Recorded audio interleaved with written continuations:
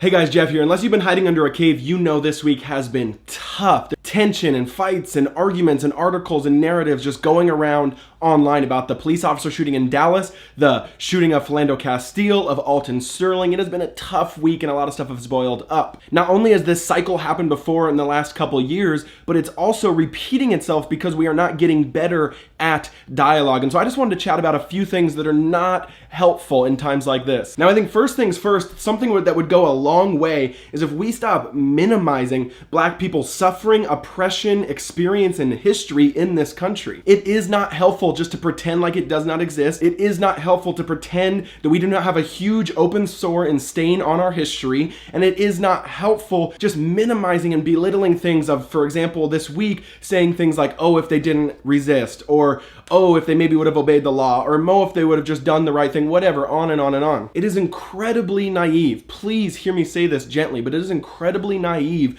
to believe that Black people have the same experience as someone like me, a white person who has massive privilege, not only just as a white person, but as a white male. It is incredibly naive to believe that, and it would be helpful even if you do believe that, which I think you're wrong, I want to say that gently so, that there is none of that or that it's not a factor, but it would be incredibly helpful, even if you think you're right, to lean in and just talk to your neighbors, talk to your friends, your coworkers, people of color, and ask them their experience. Ask them what it's like to be pulled over. Ask them if they've ever had injustice in that form, or if they've ever been scared for their life around a police officer. That would go a long way. And it is okay to completely condemn racial oppression and the systematic oppression of specifically Black people, but also minorities in general, but specifically Black people in this country, and still believe that you love America, that you love this country, that you love the freedoms, that you love police officers. It is still okay to love all of that and still believe that we can openly condemn the systematic oppression of Black people in this country. I mean, we're talking mass incarceration rates, we're talking the war on drugs, we're talking predatory loans and mortgage payments and gerrymandering and on and on and on. And here's something I don't think that's talked about a lot in conversations like this,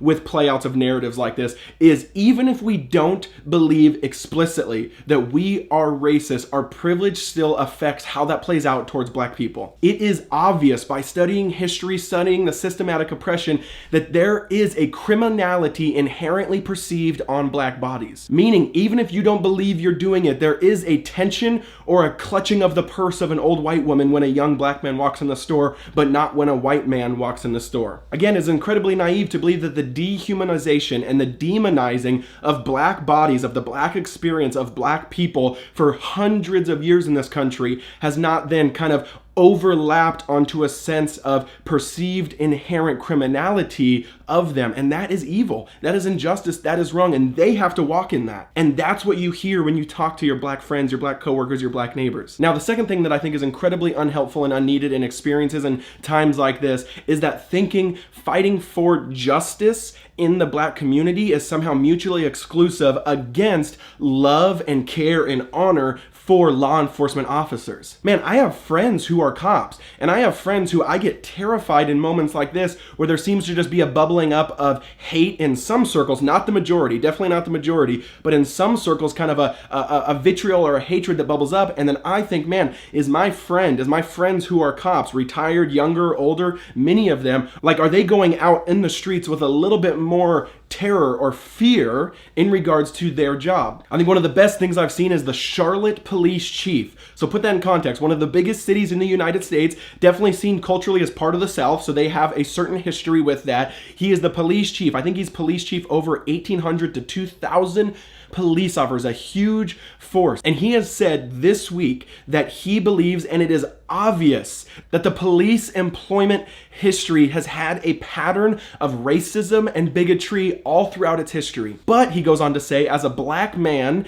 as the police chief, that he sometimes fears for his life more as a police officer than a Black man. And he ended this amazing press conference speech by saying that he does not have the luxury to run away from the bad things, but when he puts on that uniform, it is actually his duty to run towards the bad things. And that is incredible incredibly amazing that we have to recognize that police officers do every single day all across the country. So these things are not mutually exclusive. You can believe there is injustice while also honoring and loving and appreciating law enforcement officers for what they do and coming together in unity towards that. You can believe in both. You can believe that Black Lives Matter and that Blue Lives Matter, for lack of a better term. I could go on, but I'll just name one more last thing that I think is unhelpful in times like this with protest and civil disobedience. And that's that order is not the same as justice. I think sometimes in our privilege, me as a white person, and what I see sometimes with people on Facebook and Twitter and Instagram, kind of being annoyed by the protests, meaning they feel like, oh, those are just kind of petty criminals, or those are people that are maybe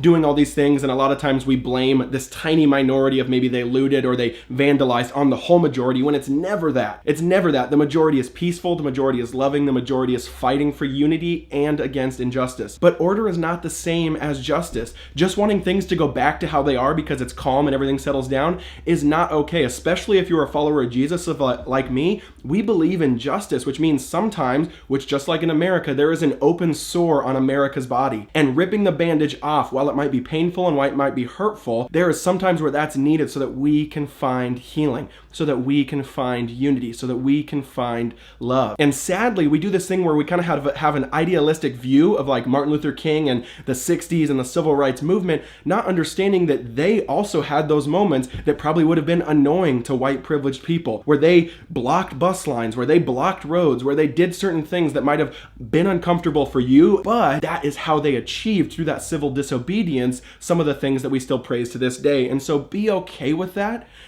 Try to understand that. Try to understand that the world doesn't revolve around us, and it might be uncomfortable, it might be annoying, but they've had to live with oppression and hate and injustice their whole life, and that order is not the same as justice. Justice will bring order usually and will bring peace, but it's a level of it that's way deeper and more beautiful than just the absence of conflict or the absence of civil disobedience. Now, I could go on and on and on about these topics, but I hope those first couple things were just helpful. Meaning, if we stop these 3 or 4 things, I really think we can progress in the dialogue. We can progress as a country. I mean, by the way, look at some case studies this week. You look at Dallas, you look at Charlotte, you look at these police chiefs stepping up and just bringing unity, refusing to divide.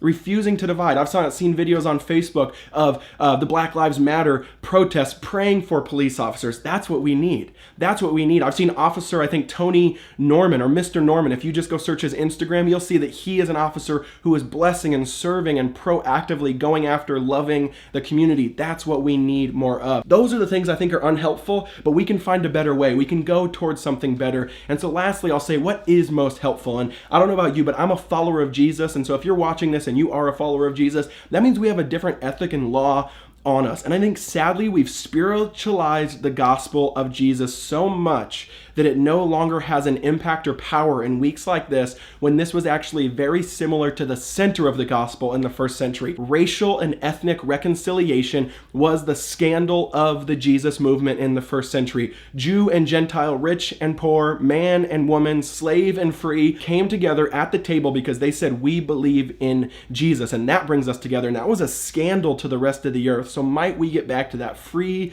good news of grace and of Jesus and of the resurrection power that's painting this picture of this new humanity that Jesus is calling us to, where there the lion will lay with the lamb and all tribes and nations and tongues in all their different languages will be singing his praise. That's where we're going in the future following Jesus, and that's where we're calling our communities to be pulled into, not against division, not against death, not against injustice, but towards the new humanity. And that's what church is now today. Church is a place where you see a 90-year-old white guy and a 15-year-old black man in worship service, serving together, loving together, worshiping Jesus together, knowing the only thing that brings them together is not what music they like, what culture they're in, what food they enjoy, who they're dating, who they're married to, etc. But what brings them together is the gospel of Jesus, and they love each other because of that. So that's all I got. I'm going to put some links down there, and I hope you guys enjoy. Take care. Hey guys, thanks for watching. Now, I want to quickly give some resources because a 4 or 5 minute video cannot do this topic justice. This video lines up perfectly with my Audible sponsorship video, and so I thought not only would I give you resources, but give them to you for free